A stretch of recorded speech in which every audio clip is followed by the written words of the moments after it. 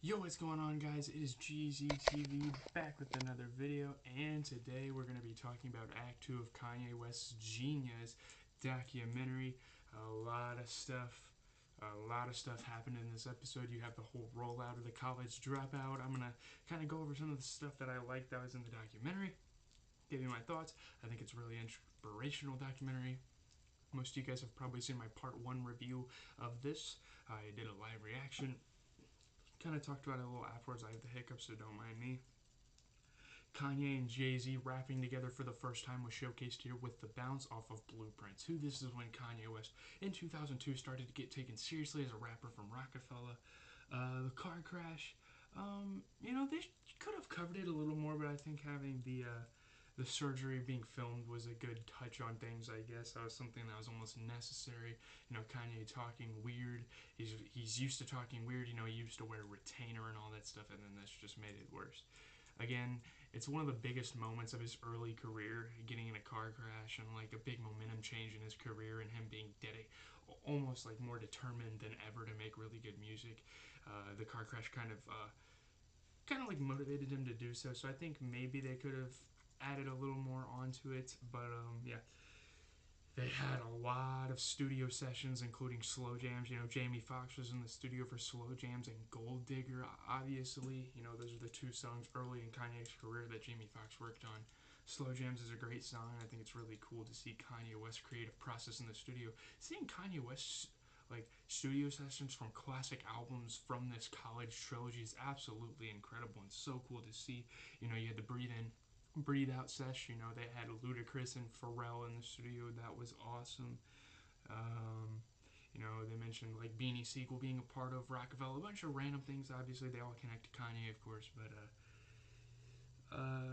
the idea of Through the Wire, him getting in a crash and him deciding to make a song about his mouth being wired shut and showing like how passionate he is about rap and like rapping from the bottom of his heart, all that stuff. The film also started off with a clip of Kanye rapping as a kid. I thought that was a cool little origin story, kind of looking at him when he was a kid and all of his lyrical influences from back in the day. His hairstyle influence from back in the day. Yeah, Kanye was so determined to make it. Pharrell thinking he was gangsta back in the day. He hasn't aged a bit. Pharrell is like takes care of himself almost more than any other celebrity I've ever seen. Period. Um, Kanye throughout his career early here getting like the cosign from legends like Pharrell's like, yo, this shit is hot. Jay-Z's saying the same shit. These are legendary guys in the hip hop scene, and for Kanye to get cosigns from them is amazing. Um, the Get 'Em High session with Talib Kweli. They kind of highlighted that throughout the film. Just a lot of classic songs off of College Dropout and their studio sessions, all documented by, of course, the one and only Cootie. Shout out to him for putting this documentary together. He's been doing great so far. We only have 1 week left to go, and I've almost already gotten enough. I'm really excited to see how they're going to cover the whole late registration thing because Kanye coming off of one of the best debut rap albums of all time. It's going to be interesting to see how they cover it and all that stuff. Um, you know, Kanye shooting a shot with many labels. Rockefeller wasn't taking him that serious, so he had to give some pitches out to different labels. Through the Wire, obviously they shot a music vid. Through the Wire was a big emphasis. So was like to Kanye, it seems like one of his most important songs ever. One of the most important times of his life. They showed the music vid kind of being filmed, the green screen stuff, and it was kind of cool seeing DeRay Davis, a comedian that has connections with Cootie Rock, doing the College Dropout skit. That was a cool thing. Never Let Me Down, the studio sesh. I don't remember who the female vocalist is, but they showed her doing her part. That was awesome.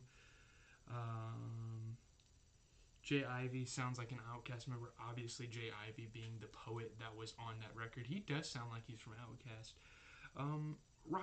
Rockefeller just not supporting Ye, and they show that throughout the episode pretty well. That Ye was not fucked with as a rapper, more of a producer. But they're gonna be like, and they tried to tell me, oh, you're like the best rapper producer of all time, and Kanye didn't want that label. He wants to be one of the best rappers of all time. Period. Yeah. And obviously Rockefeller paying like their priorities weren't quite straight back in the day, paying attention to artists like Young Steph over Kanye. And no disrespect to young Steph, she was a great artist for Rockefeller back in the early 2000s, but them paying attention to her over Kanye is just, I don't know. Nappy Roots was in here. Kanye played his music for them. That was a pretty cool moment. Uh, Ye being horny during the Through the Wire video was pretty funny. Kissing Chaka Khan. Um, John Legend, we're introduced to John Legend into Kanye's life. Kanye kind of helping him make it big in music. And we'll talk a little bit more about John Legend later. He plays a pretty big role in Kanye's career.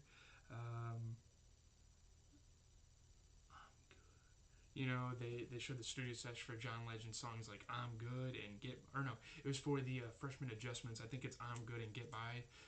Those are two songs they showed studio sessions because Kanye was starting to roll out mixtapes in anticipation for his College Dropout record. That was a pretty cool rollout. Obviously, Mos Def being introduced back near the College Trilogy era. He was a big part of that era, Mos Def. Inviting Kanye to Def Poetry Jam and Kanye rapping as Self-Conscious, giving a really big political, probably one of the first controversial moments of his career moments there. Donda, his mom, is going to be throughout this documentary, and she was in this. Through the Wire rehearsal with the choir, they showed that. The music vid release party. This was very important song to Kanye. Dame Dash showed up. The album cover shoot for College Dropout, which is really, really awesome to see. I love that album. I love the aesthetic of it, the whole college aesthetic, the frat aesthetic, everything. Dame Dash finally coming around and accepting Kanye as a great rapper in Rockefeller. The finishing sessions on songs like We Don't Care, Jesus Walks, and Spaceship, those songs were highlighted. Kanye buying his first house in LA, that's a big moment in his career that they covered. They had a New Year party at his house. They had an album release show with him performing some of the cuts. The polo and the backpack, one of the most Kanye-esque looks of all time.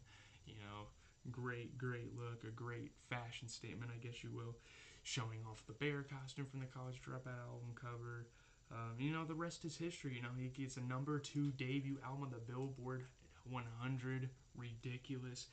4 times plat. It's his best-selling album of all time, and again with a lot of debuts. It's going to be one of the artist's best releases ever, but this album just shot through the roof, and everyone knew who Kanye was after this.